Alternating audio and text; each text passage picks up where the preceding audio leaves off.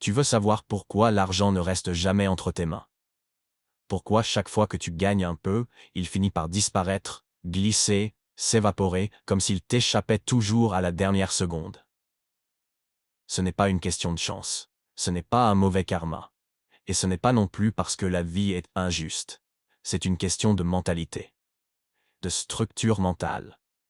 Car l'argent fuit certains types de pensées. Il rejette certains types de comportements.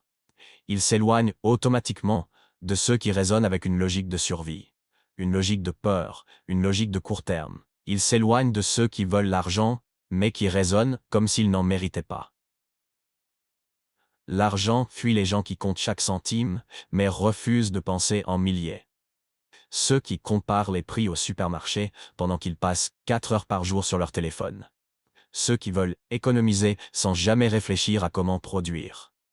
Ceux qui réduisent tout à la dépense, mais jamais à la création de valeur. Ceux qui pensent que le seul moyen de s'en sortir, c'est de couper, d'enlever, de renoncer. Tu ne t'enrichis pas en vivant petit. Tu t'enrichis en pensant large. Tu t'enrichis quand tu comprends que l'argent n'est pas un ennemi à surveiller, mais un outil à structurer. Tant que tu vois l'argent comme une menace, il te traitera comme un étranger. L'argent fuit ceux qui refusent d'apprendre. Ceux qui disent « ce n'est pas pour moi, je suis nul avec les chiffres, l'immobilier c'est trop compliqué, les investissements c'est pour les riches, le business c'est risqué ». L'argent n'aime pas les esprits fermés. Il n'aime pas les excuses. Il n'aime pas les murs mentaux. Il va naturellement vers ceux qui creusent, qui cherchent, qui lisent, qui posent des questions, qui testent, qui échouent, qui recommencent. Ceux qui veulent comprendre les règles du jeu, au lieu de se plaindre du terrain. L'argent ne respecte pas l'ignorance volontaire.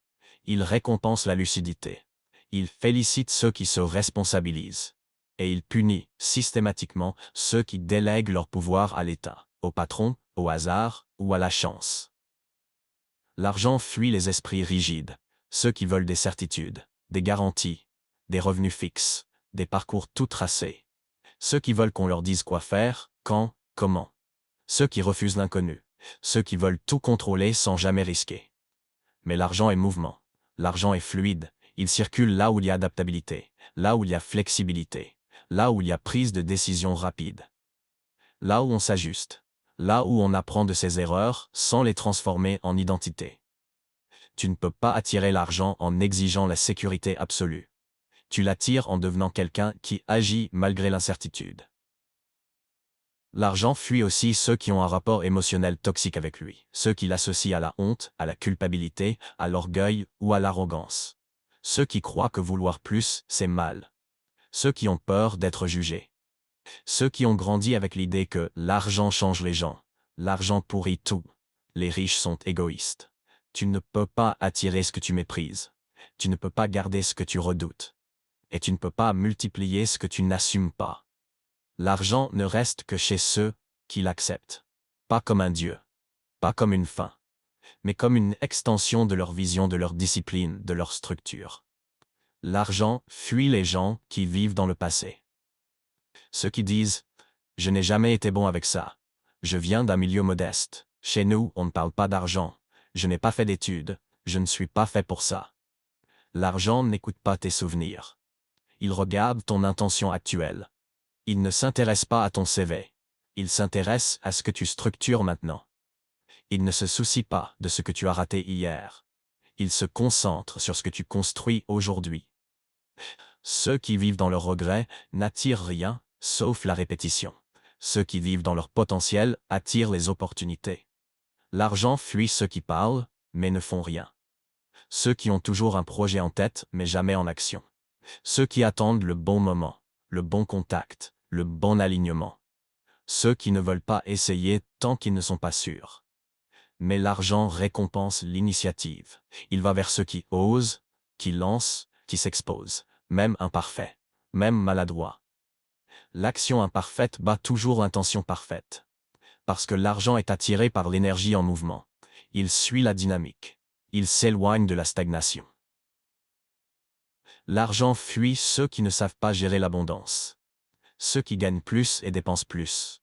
ceux qui pensent que le niveau de vie doit monter avec le revenu, ceux qui veulent briller avant de bâtir, ceux qui préfèrent afficher plutôt que structurer.